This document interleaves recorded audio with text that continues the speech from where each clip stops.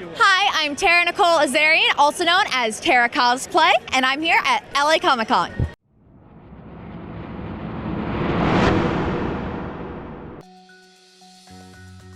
So that's kind of a two-part question because it starts with my entire life from one aspect, because we used to live on the East Coast and we would go to Disney World like 5 times a year. And ever since I was little, I always wanted to dress up in costumes. I would be like 2 and I'd be like, no, this is what I want to wear. To the point that at the time Disney owned Power Rangers. I had so many Power Ranger costumes and I was so proud to wear them and go like meet the Power Rangers. I was so excited. So I've always been cosplaying, and then when I was 12 and I was too old to cosplay at Disney, I learned what conventions were. And then when I was 13, I started going to like anime conventions, stuff like that, and cosplaying as an anime nerd. So from a convention standpoint, since I was 13, which is 9 years now, if it's just a generalized question, since I was born, basically, I've been cosplaying. I realized there was a community to it when I was like 15, 16-ish, and I was like, okay, well, I want to make some cosplay friends. And at conventions, it kind of happens by accident. You're like, well, let me just go like play in the game room, and then 3 hours later, you're playing Exploding Kittens with 15 people, and you all become great friends, and you tell them your deepest, darkest childhood secrets. So that's just how conventions work, and that's the beauty of it. What happens a lot is I do sponsorships with some companies. I have fans that have sent me costumes in the past, like what I'm wearing tomorrow. I'm wearing Kairi from Kingdom Hearts. And that was sent to me by a fan of mine, including the Keyblade. That was like, oh my God, thank you.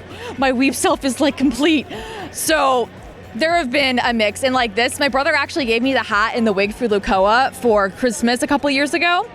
And I mean, I just owned a black tank top and shorts. I'm a female, I live in California. I own a black tank top and shorts.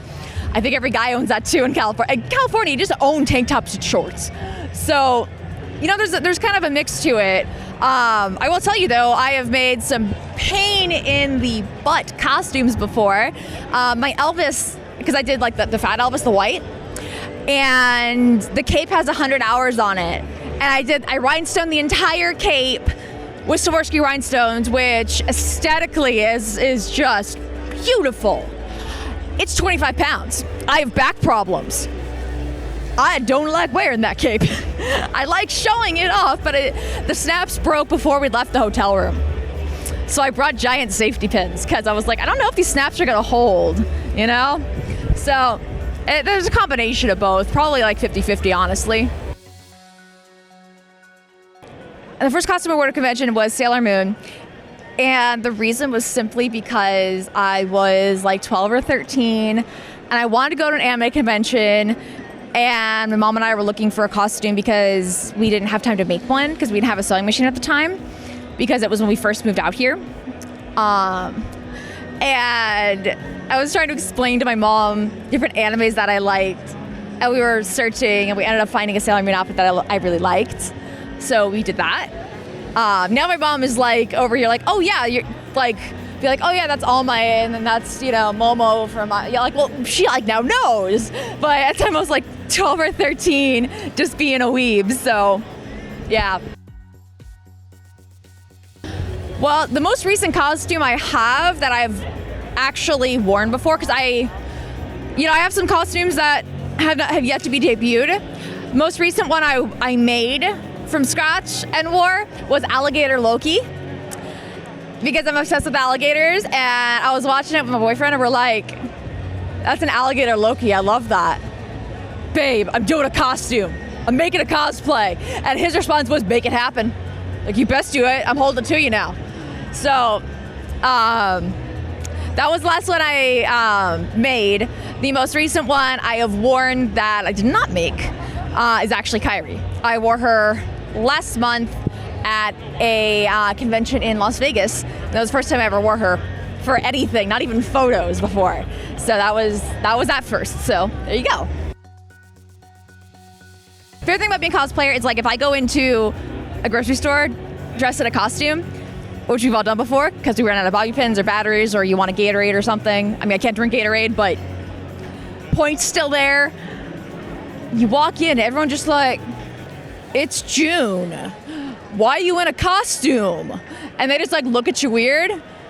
But come out convention, people are like, dude, like, yes. And they just, it's fun to just get to be a nerd and talk to people about my favorite fandoms and being able to show my costume off and like talk with others about, okay, yeah, so you see the reason I did this is because of this character. And it's just, I like being able to talk with other nerds about the nerdy things I love. Gatekeeping asshats. People that are on the, well, you didn't grow the cotton and then dye the cotton to make this costume.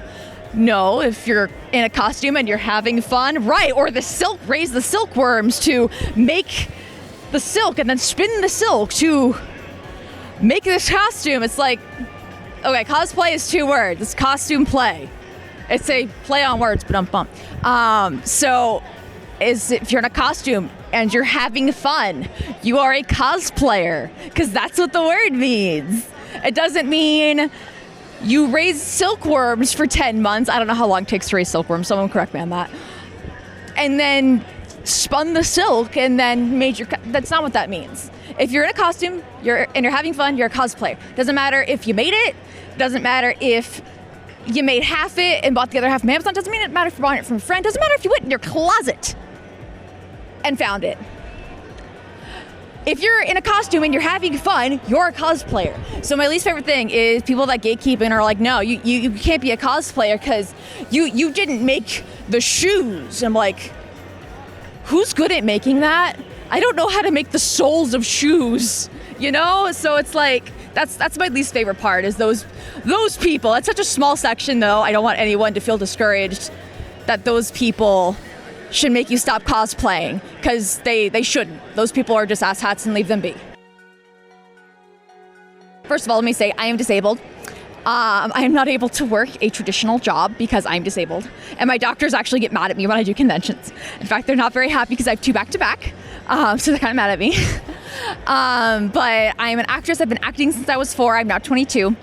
I'm also a professional live streamer on 17Live. And my handle's the same as my Instagram handle and everything. I'm also a content creator on my Instagram and TikTok and stuff, and then conventions, which is a huge part of my cosplay stuff. We're gonna get a little nitpicky here, because my top 2 favorite animes are my top 2 favorite fandoms, but they're my top 2 favorite animes because they were the first animes I ever saw, or first thing in any media I ever saw with disabled characters as leads, where the disabled character was actually disabled, and it's like, yeah, their disability caused some shit. It's no X-Men logic of, well, we'll just make the chair levitate or something. None of that. An actual disabled character where there are consequences for doing something that they shouldn't have done, because that's how life works. And that would be My Hero Academia and The Ancient Magus' Bride. Those are my 2 favorite. And they're 2 totally different genres. One's a shonen action. The other is targeted at adult women. So it's like, they don't even have the same like generalized fan base. But they're my favorites because of that. If I had to pick a 3rd fandom to add in there, it's kind of hard because there's a lot I love for different reasons. I can give like a couple honorable mentions that might end up in 3rd depending upon my mood. I guess I will say Digimon just because it was the first anime I have memory of watching when I was 4. So let's go with that one.